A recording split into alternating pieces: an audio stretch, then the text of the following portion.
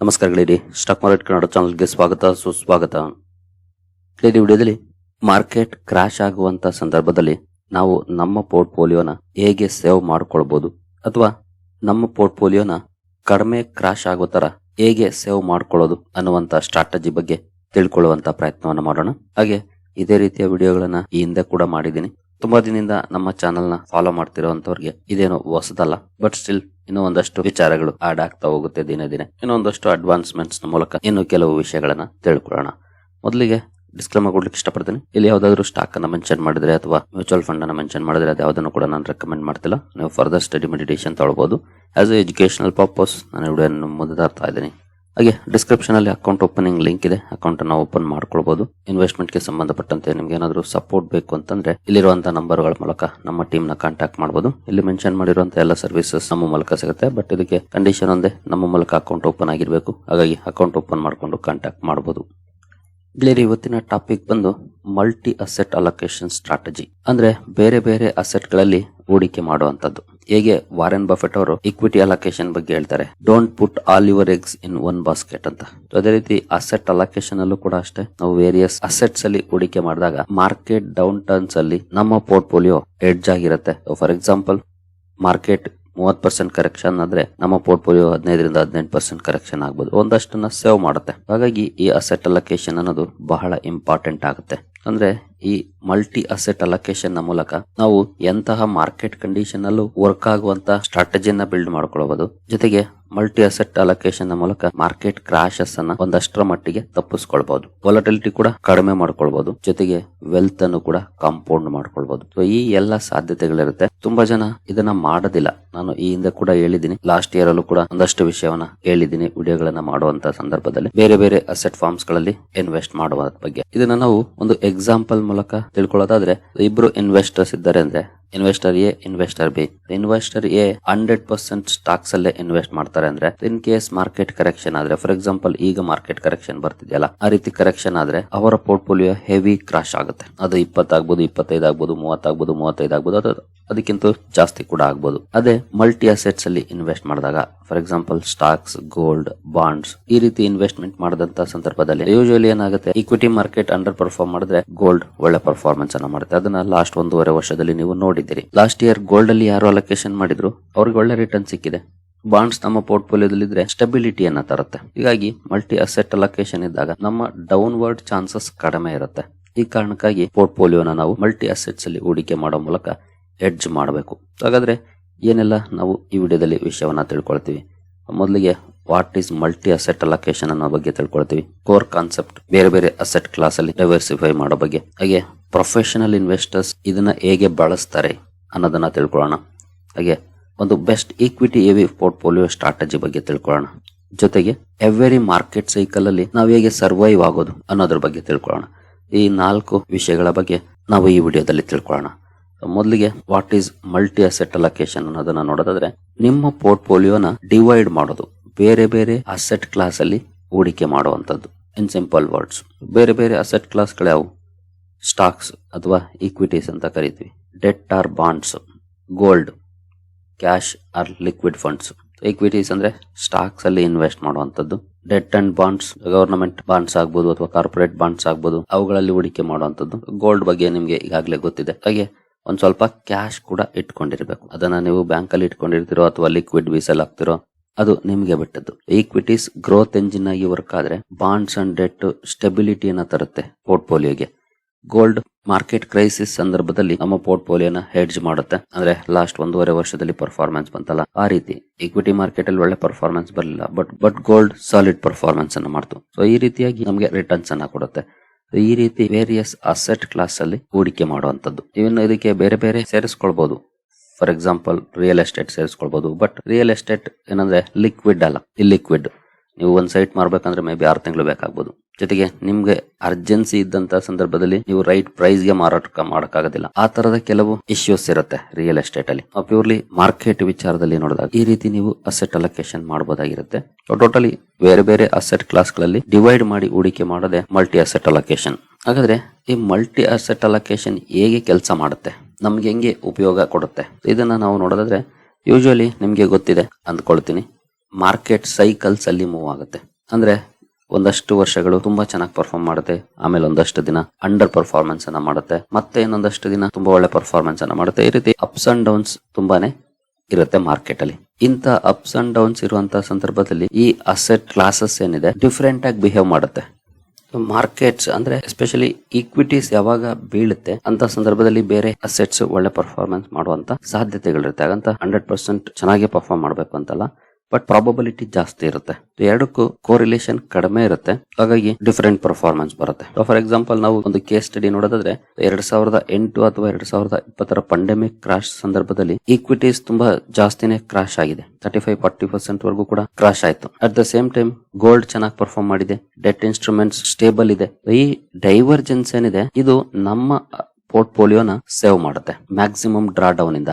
For example ಬರೀ ಈಕ್ವಿಟಿಯಲ್ಲೇ invest ಮಾಡಿದವರ ಪೋರ್ಟ್ಫೋಲಿಯೋಗಳು 35-40-50% ವರೆಗೂ ಕೂಡ ಕರೆಕ್ಷನ್ ಆಗಿದ್ದಿದೆ 2008 ಹಾಗೂ 2020 ಕ್ರಾಶ್ ಸಂದರ್ಭದಲ್ಲಿ. ಅದೇ ಮಲ್ಟಿ ಅಸೆಟ್ಸ್ ಹೂಡಿಕೆ ಮಾಡಿದವರ ಪೋರ್ಟ್ಫೋಲಿಯೋಗಳು 15-20 ಅಥವಾ 25 ಆಲ್ಮೋಸ್ಟ್ ಈಕ್ವಿಟಿಗೆ ಕಂಪೇರ್ ಮಾಡಿದ್ರೆ 20-30% ಕಡಿಮೆ ಕರೆಕ್ಷನ್ ಆದಂತ ಉದಾಹರಣೆಗಳಿದಾವೆ. ಜೊತೆಗೆ ಈ ಮಲ್ಟಿ ಅಸೆಟ್ ಅಲೋಕೇಶನ್ ಮಾಡೋದ್ರಿಂದ ಪಾನಿಕ್ ಸೆಲ್ಲಿಂಗ್ ಕಡಿಮೆ ಮಾಡ್ಕೊಳ್ಬಹುದು. ಯಾಕೆಂತಂದ್ರೆ 35-40% ಕ್ರಾಶ್ ಆಗೋದು ಹೆಂಗಿದೆ ಪೋರ್ಟ್ಫೋಲಿಯೋ, ಅಥವಾ 20-25% ಕ್ರಾಶ್ ಆಗೋದಾಗಿದೆ. ಏನಾದ್ರು 15-20% ಕಡಿಮೆ ಆಯ್ತಲ್ಲ, ಅಥವಾ 10% ಕಡಿಮೆ ಆದ್ರೂ ಕೂಡ ನಮ್ಗೆ ಅನುಕೂಲನೇ ಅಲ್ವಾ. ಹಾಗಾಗಿ ಈ ತರದ ಪಾನಿಕ್ ಸೆಲ್ಲಿಂಗ್ ಕಡಿಮೆ ಆಗುತ್ತೆ ಅಥವಾ ಕಡಿಮೆ ಮಾಡ್ಕೊಳ್ಬಹುದು ನಾವು. ಈ ರೀತಿಯಾಗಿ ಮಲ್ಟಿ ಅಸೆಟ್ ಅಲೋಕೇಶನ್ ವರ್ಕ್ ಆಗುತ್ತೆ. ನಂತರ ಇನ್ಸ್ಟಿಟ್ಯೂಷನಲ್ ಇನ್ವೆಸ್ಟರ್ಸ್ ಇದನ್ನ ಹೇಗೆ ಮಾಡ್ತಾರೆ? ಯಾಕಂದ್ರೆ ಯೂಶುವಲಿ ಇನ್ಸ್ಟಿಟ್ಯೂಷನಲ್ ಇನ್ವೆಸ್ಟರ್ಸ್ ಪಕ್ಕಾ ಫಾಲೋ ಮಾಡ್ತಾರೆ ಈ ರೀತಿಯ ಸ್ಟ್ರಾಟಜಿಗಳನ್ನ. ಯೂಶುವಲಿ ಇವರು 3 ಲೇಯರ್ ಅಲೋಕೇಶನ್ ಫ್ರೇಮ್ ವರ್ಕ್ ಅನ್ನ ಫಾಲೋ ಮಾಡ್ತಾರೆ. ಯಾಕೆಂದ್ರೆ ತಮ್ಮ ಪೋರ್ಟ್ಫೋಲಿಯೋಗಳನ್ನ ಅಕ್ರಾಸ್ ಆಲ್ ಮಾರ್ಕೆಟ್ ಕಂಡೀಷನ್ಸ್ ಅಲ್ಲಿ ಸೇವ್ ಮಾಡ್ಕೊಳ್ಳಿಕ್ಕೆ, ಜೊತೆಗೆ ಒಳ್ಳೆ ರಿಟರ್ನ್ಸ್ ಅನ್ನ ಗಳಿಸಲಿಕ್ಕೆ. ಹಾಗಾದ್ರೆ ಆ 3 ಲೇಯರ್ ಫ್ರೇಮ್ ವರ್ಕ್ ಏನು? ಮೊದಲನೇದು strategic asset allocation. Long term portfolio ಅಂತಂದ್ರೆ ಅಲ್ಲಿ ತುಂಬಾ ಬದಲಾವಣೆಗಳನ್ನ ಪದೇ ಪದೇ ಮಾಡ್ತಿರೋದಿಲ್ಲ, ಬಟ್ ಸ್ಟ್ರಾಟಜಿಕ್ ಅಸೆಟ್ ಅಲೋಕೇಶನ್ ಮಾಡಿ ಬಿಡ್ತಾರೆ. ಒಂದು ಟಿಪಿಕಲ್ ಎಕ್ಸಾಂಪಲ್ ತಗೊಳ್ಳೋದಾದ್ರೆ 60% ಈಕ್ವಿಟಿ ಅಂದ್ರೆ ₹100 ಅಂತಂದ್ರೆ 60 ರೂಪಾಯಿನ ಸ್ಟಾಕ್ಸ್ ಅಲ್ಲಿ ಇನ್ವೆಸ್ಟ್ ಮಾಡೋದು, 20 ರೂಪಾಯಿನ ಡೆಟ್ಸ್ ಅಂಡ್ ಬಾಂಡ್ಸ್ ಅಲ್ಲಿ ಇನ್ವೆಸ್ಟ್ ಮಾಡೋದು, 10 ರೂಪಾಯಿನ ಅಂದ್ರೆ 10% ನ ಗೋಲ್ಡ್ ಅಲ್ಲಿ, ಇನ್ನು 10% ಕ್ಯಾಶ್ ಇಟ್ಕೊಳ್ಳೋದು. ಇದು ಫೌಂಡೇಶನ್, ಒಂದು ಸ್ಟ್ರಾಟಜಿಕ್ ಅಸೆಟ್ ಅಲೋಕೇಶನ್ ನ foundation. 60% equity, 20% debt and bonds, 10% gold, 10% cash, 100% ಆಗೋಯ್ತು. ಇನ್ನು ನೆಕ್ಸ್ಟ್ ಟ್ಯಾಕ್ಟಿಕಲ್ ಅಸೆಟ್ ಅಲೋಕೇಶನ್. ಇದು ಬಹಳ ಇಂಪಾರ್ಟೆಂಟ್. ಅಂದ್ರೆ ಮಾರ್ಕೆಟ್ ಕಂಡೀಷನ್ ಅನ್ನ ನೋಡಿ ನಮ್ಮ ಇನ್ವೆಸ್ಟ್ಮೆಂಟ್ಸ್ ಅಲ್ಲಿ ಬದಲಾವಣೆ ಮಾಡೋದು. ಇದು adjustment based on macro condition. For example ಈಗಿನ ಮಾರ್ಕೆಟ್ ಕಂಡೀಷನ್ ಹೇಗಿದೆ, ಮ್ಯಾಕ್ರೋ ಕಂಡೀಷನ್ಸ್ ತುಂಬಾನೇ ವೋಲಟೈಲ್ ಇದೆ. ಇಂತಹ ಸಂದರ್ಭದಲ್ಲೂ ಕೂಡ ಬದಲಾವಣೆಗಳನ್ನ ಮಾಡುವಂತದ್ದು. ಫಾರ್ ಎಕ್ಸಾಂಪಲ್ ಇನ್ಫ್ಲೇಷನ್ ಜಾಸ್ತಿ ಆಯ್ತಾ, ಗೋಲ್ಡ್ ಇನ್ವೆಸ್ಟ್ಮೆಂಟ್ ಅನ್ನ ಜಾಸ್ತಿ ಮಾಡೋದು. ಗ್ರೋತ್ ಸ್ಲೋ ಆಯ್ತಾ, ಬಾಂಡ್ಸ್ ಹೂಡಿಕೆಯನ್ನ ಜಾಸ್ತಿ ಮಾಡೋದು, ಡೆಟ್ ಅಲ್ಲಿ ಇನ್ವೆಸ್ಟ್ ಮಾಡುವಂತದ್ದು. ಮಾರ್ಕೆಟ್ಸ್ ಸ್ಟ್ರಾಂಗ್ ಬುಲ್ ರನ್ ಅಲ್ಲಿ ಇದೆಯಾ, ಈಕ್ವಿಟಿ ಎಕ್ಸ್ಪೋಜರ್ ಅನ್ನ ಜಾಸ್ತಿ ಮಾಡೋದು, ಅಂದ್ರೆ ಸ್ಟಾಕ್ಸ್ ಅಲ್ಲಿ ಜಾಸ್ತಿ ಇನ್ವೆಸ್ಟ್ ಮಾಡೋದು. ಈ ರೀತಿ ಬದಲಾವಣೆಗಳನ್ನ ಮಾಡ್ಕೊಳ್ಳೋದು ಮಾರ್ಕೆಟ್ ಕಂಡೀಷನ್ಸ್ ಗೆ ತಕ್ಕಂತೆ. ನಂತರ dynamic allocation, valuations wise allocation ಅನ್ನ ಚೇಂಜ್ ಮಾಡ್ಕೊಳ್ಳುವಂತದ್ದು. ಫಾರ್ ಎಕ್ಸಾಂಪಲ್ ಮಾರ್ಕೆಟ್ ತುಂಬಾನೇ ಎಕ್ಸ್ಪೆನ್ಸಿವ್ ಇದೆ ಅಂದ್ರೆ ತುಂಬಾನೇ ರ್ಯಾಲಿ ಬಂದ್ಬಿಟ್ಟಿದೆ, ಪೀಕ್ ಅಲ್ಲಿ ಇದೆ ಮಾರ್ಕೆಟ್, ತುಂಬಾ ಓವರ್ ವ್ಯಾಲ್ಯೂಯೇಷನ್ ಅಲ್ಲಿ ಇದೆ ಅಂದ್ರೆ ಅವಾಗ ಏನ್ ಮಾಡೋದು, ಅದನ್ನ ತೆಗೆದು ಗೋಲ್ಡ್, ಬಾಂಡ್ಸ್ ಈ ರೀತಿ ಅಲೋಕೇಶನ್ ಮಾಡೋದು. ಪೂರ್ತಿ ತೆಗಿಯೋದಲ್ಲ, 60% ಇರೋ ಅಲೋಕೇಶನ್ ಅನ್ನು 50% ಮಾಡೋದು, 10% ತೆಗಿಯೋದು ಅಥವಾ 20% ತೆಗಿಯೋದು. ಅದೇ ಮಾರ್ಕೆಟ್ ಕ್ರಾಶ್ ಆಯ್ತು ಅಂತ ಇಟ್ಕೊಳ್ಳಿ, ಬಿದ್ದಿದೆ ಮಾರ್ಕೆಟ್, ಒಳ್ಳೆ ಕರೆಕ್ಷನ್ ಆಗಿದೆ, ಕಡಿಮೆ ವ್ಯಾಲ್ಯೂಯೇಷನ್ ಅಲ್ಲಿ ಸಿಗ್ತಿದೆ ಅಂದ್ರೆ ಆಗ ಈಕ್ವಿಟಿ ಎಕ್ಸ್ಪೋಜರ್ ಜಾಸ್ತಿ ಮಾಡೋದು. ಗೋಲ್ಡ್ ಅಥವಾ ಡೆಟ್ ಇನ್ಸ್ಟ್ರೂಮೆಂಟ್ಸ್ ಅಲ್ಲಿ ಮಾಡಿರುವಂತ ಇನ್ವೆಸ್ಟ್ಮೆಂಟ್ ಅನ್ನ ತೆಗೆದು ಈಕ್ವಿಟಿ ಎಕ್ಸ್ಪೋಜರ್ ಅಂದ್ರೆ ಸ್ಟಾಕ್ಸ್ ಗಳಲ್ಲಿ ಜಾಸ್ತಿ ಹೂಡಿಕೆ ಮಾಡೋದು ಮಾರ್ಕೆಟ್ ಬಿದ್ದಂತ ಸಂದರ್ಭದಲ್ಲಿ. ಈ ರೀತಿ ಡೈನಾಮಿಕ್ ಅಲೋಕೇಶನ್ ಅನ್ನು ಕೂಡ ನಾವು ಮಾಡಬಹುದಾಗಿರುತ್ತೆ. ಹಾಗಾದ್ರೆ ನಾವು ಈಗಿನ ಪರಿಸ್ಥಿತಿಯಲ್ಲಿ ಯಾವ ಕಂಡೀಷನ್ ಅಲ್ಲಿ ಇದೀವಿ? ಈಕ್ವಿಟಿ ಎಕ್ಸ್ಪೋಜರ್ ಜಾಸ್ತಿ ಮಾಡುವಂತ ಕಂಡೀಷನ್ ಅಲ್ಲಿ ಇದೀವಾ ಅಥವಾ ಕಡಿಮೆ ಮಾಡುವಂತ ಕಂಡೀಷನ್ ಅಲ್ಲಿ ಇದೀವಾ? ಕಮೆಂಟ್ ಸೆಕ್ಷನ್ ಅಲ್ಲಿ ತಿಳಿಸಿ. ನೀವು ನಿಮ್ಗೆ ಏನ್ ಅನ್ಸುತ್ತೆ ಅದನ್ನ ಕಮೆಂಟ್ ಮಾಡಿ. ಯಾಕಂದ್ರೆ ಈಗ ಮಾರ್ಕೆಟ್ ಬಿದ್ದಿದೆ, ಒಳ್ಳೆ ವ್ಯಾಲ್ಯೂಯೇಷನ್ ಅಲ್ಲಿ ಇದೆ. Think and comment.